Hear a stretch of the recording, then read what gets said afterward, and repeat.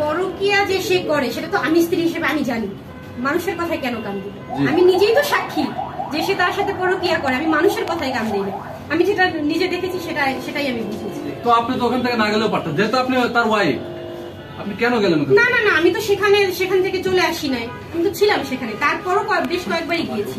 মানে আলম কি আপনাকে ওইখান থেকে বের করে দিয়েছে, নাকি ওইখান থেকে আপনি যখন দেখলেন যে একটা নারী ওইখানে আছে ওই অবস্থায় আপনার থাকা ঠিক হবে না ওই হিসেবে? না না না, আমি আসলে সেই অবস্থাতেও ছিলাম, তারপরেও গিয়েছি, তারপরেও বহুবারই গিয়েছি। কিন্তু লাস্ট টাইম এমন হয়েছে যে মানে আর নিতে পারছিলাম না।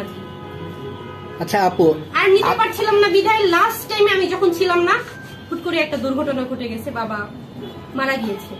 আচ্ছা, হিরো আলমের বাবা মারা গিয়েছে, আপনি আপনার ফেসবুক স্টোরিতে আপনার নাচ গানের ছবি দিয়েছেন, এরকম একটি অভিযোগ হিরো আলম করেছে। না না, এটা ভুল। আসলে আপনারা হিস্টোরিতে ছবি দিলে তো সেটা 2 দিনও থাকে, তাই না? সেটা দেখতে হবে কত ঘন্টা আগে ছাড়া হয়েছে বা কবে ছাড়া হয়েছে। হিস্টোরিতে ছবি ভাসতেছে মানে আমি এখনই আপলোড করি না, তাই না? হিরো আলমের বাবা মারা গেছে যখন আমরা দেখলাম যে রাত্রে, এবং আপনি ছবিগুলো ছাড়ছেন সন্ধ্যা বা বিকালের দিকে, এরকম একটা টাইমিং।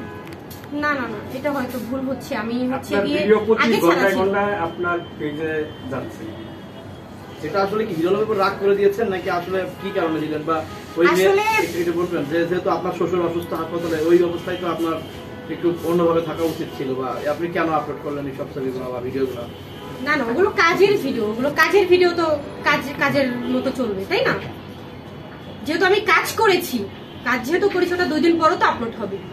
তো এখন আপলোড হয়েছে, তাতে সমস্যা। আপনি হিরো আলমের ওয়াইফ, কিন্তু তার পারমিশন ছাড়া আপনি বিভিন্ন জনের সাথে কাজের ক্ষেত্রে কাজই করেন, কিন্তু পরকিয়া যে সে করে সেটা তো আমি স্ত্রী হিসেবে আমি জানি।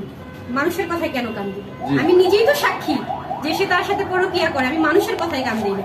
আমি যেটা নিজে দেখেছি সেটাই আমি বুঝেছি। তো আপনি তো ওখান থেকে না গেলেও পারতেন, যেহেতু আপনি তার ওয়াইফ, আপনি কেন গেলেন? না না না, আমি তো সেখান থেকে চলে আসি নাই, আমি তো ছিলাম সেখানে। তারপরও বেশ কয়েকবারই গিয়েছি।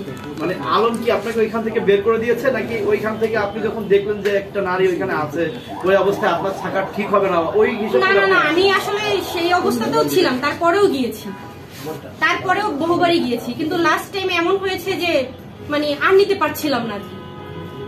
আচ্ছা আপু, আর নিতে পারছিলাম না বিধায় লাস্ট টাইমে আমি যখন ছিলাম না, হুট করে একটা দুর্ঘটনা ঘটে গেছে, বাবা মারা গিয়েছে।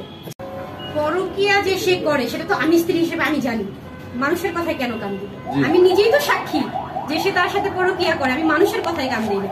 আমি যেটা নিজে দেখেছি সেটাই আমি বুঝেছি। তো আপনি তো ওখান থেকে না গেলেও পারতেন, যেহেতু আপনি তার ওয়াইফ, আপনি কেন গেলেন? না না না, আমি তো সেখান থেকে চলে আসি নাই, আমি তো ছিলাম সেখানে। তারপরও বেশ কয়েকবারই গিয়েছি। মানে আলম কি আপনাকে ওইখান থেকে বের করে দিয়েছে, নাকি ওইখান থেকে আপনি যখন দেখলেন যে একটা নারী ওইখানে আছে ওই অবস্থায় আপনার থাকা